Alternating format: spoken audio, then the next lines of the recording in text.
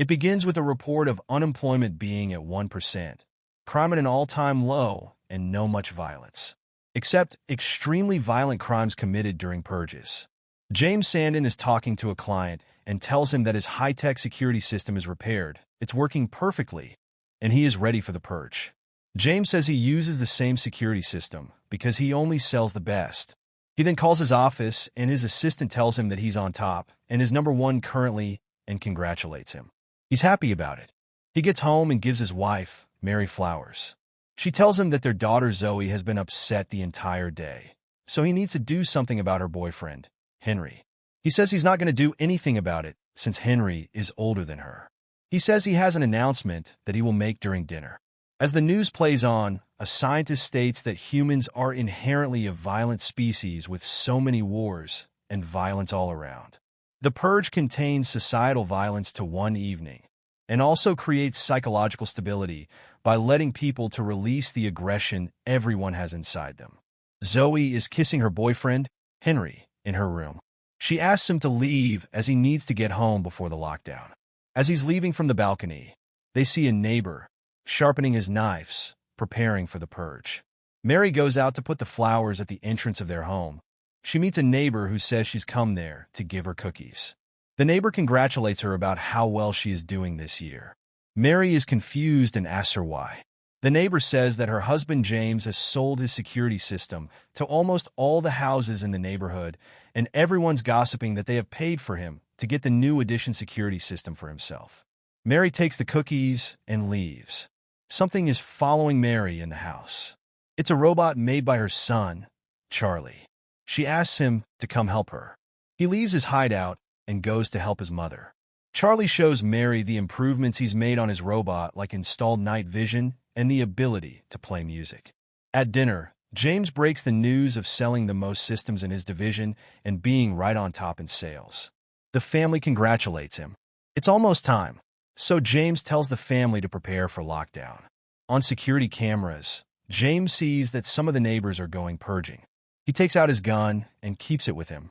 He enters the code to activate the security system, locking themselves behind steel shutters and reinforced walls. The family together watches the emergency broadcast. What is a purge? Once a year, for 12 hours, society descends into lawlessness, during which no crime can be condemned. It's a chaotic free-for-all time where all weapons below grade 4 are authorized. After the siren, any and all crimes, including killing, will be legal for that stipulated time. This is sanctioned by the government. Police, fire, emergency medical services will be unavailable till the purge concludes. The siren is heard all over. It begins. Zoe heads to her room. Charlie asks his parents why don't they purge. They say because they don't need to. He asks them if they would kill someone. James says that today is the day of release of all the hatred and violence that people keep inside them. And if they were inclined, they would participate because it works. He asks Charlie if he remembers all the poverty and the crime that existed. But this day saved their country. Zoe is in her room, and surprisingly, Henry is still there. He says he wants to speak with her father as he can't throw him out and will have to hear him. He will tell him how much he loves her, and the age difference is not a problem. Charlie is using his robot to spy around the house.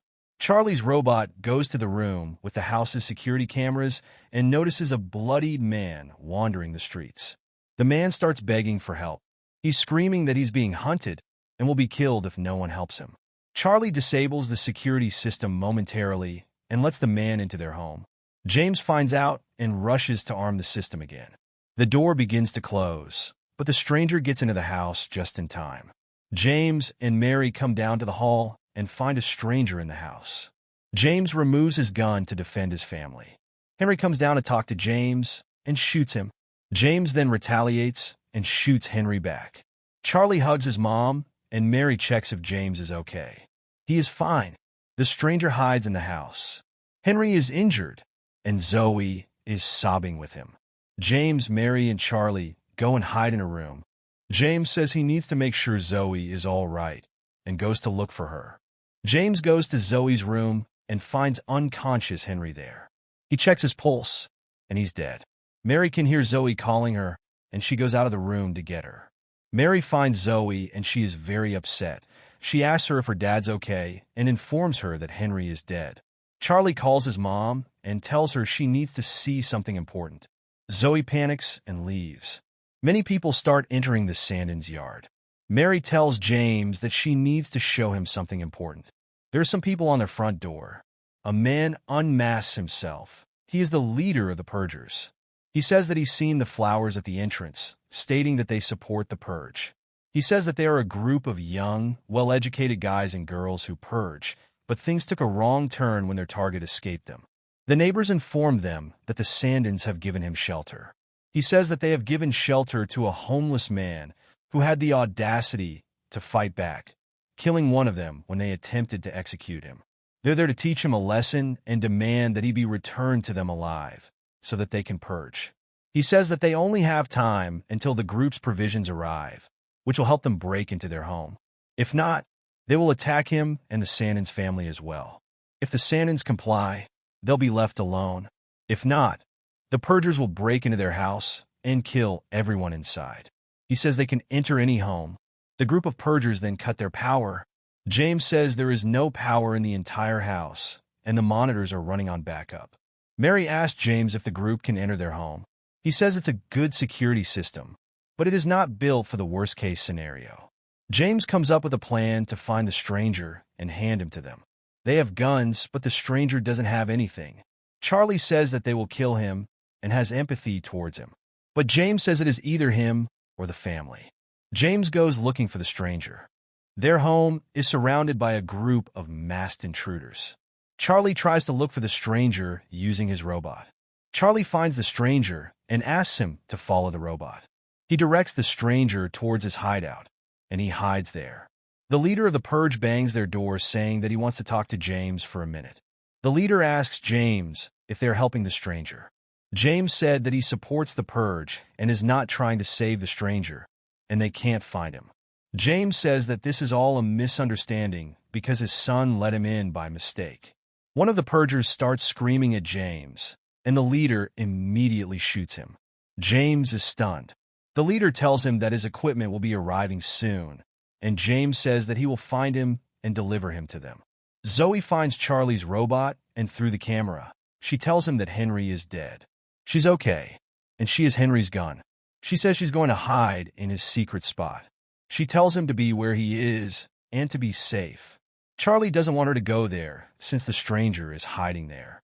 James goes looking for the stranger and finds him with a gun holding Zoe hostage. As James is talking to him, Mary approaches with a gun behind the stranger. As Mary is approaching him from behind, he pushes Zoe. She hits her head and is unconscious. James attacks the stranger. James hits him on his head and he's unconscious.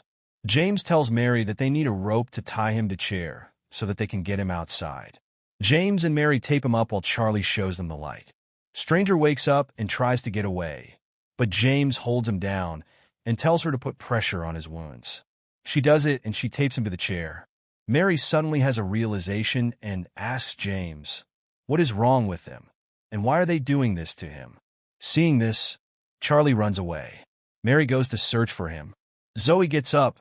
James tells her that he is sorry about Henry and he's going to make everything okay. But she tells him to look around and says that nothing is ever going to be okay. The stranger tells James to save his children and take him outside to the Purgers. James leaves. Mary sees that the Purgers are chaining the steel shutters and trying to pull them out with force. She goes to tell James and asks him if he is going to take the stranger out. James says no, and he has an idea. Charlie gets there, and James tells Charlie to go down to the basement and stay there and gives him a gun. Mary asks James what they're going to do. James says they're going to fight to defend their family.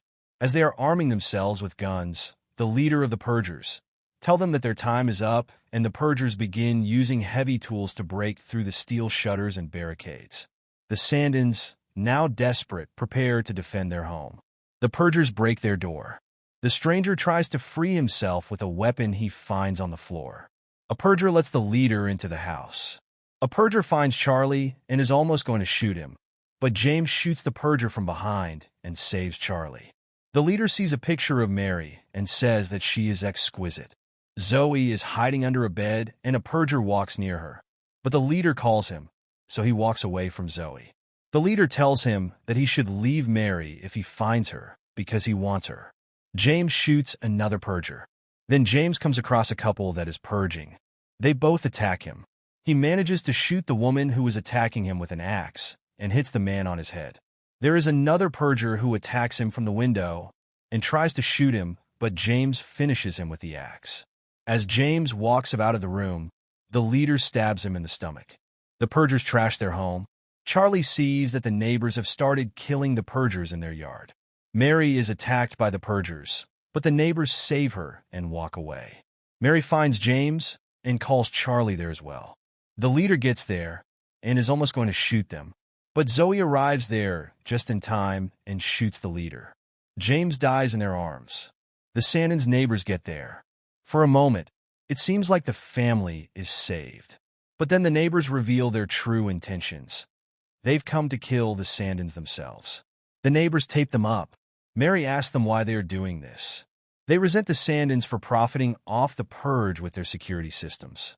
The family's wealth and success have made them a target for jealousy and hatred. As the barricade came down, the neighbors saw this as their opportunity to extract revenge. The stranger reappears, shoots a neighbor, and holds one hostage, and demands that they untie the Sandins. They do as the stranger says and untie the family. He holds a gun against the neighbors and asks Mary what to do. One of the neighbors asks Mary to kill them quickly, but Mary says no, declaring that the violence has to end. Mary, the stranger, and the neighbors wait for the purge to end in a room. One of the neighbors tries to pull Mary's gun, but she doesn't let her and slams her face on the table, saying that no one is going to kill anymore. The siren sounds again, signaling the return of law and order. The purge is officially over. The neighbors leave, and Mary thanks the stranger as he leaves. Thank you guys for watching. I hope y'all liked the video. If you did, make sure to smash the like button and subscribe to watch many more such cool recaps. And hit the bell icon too. Bye.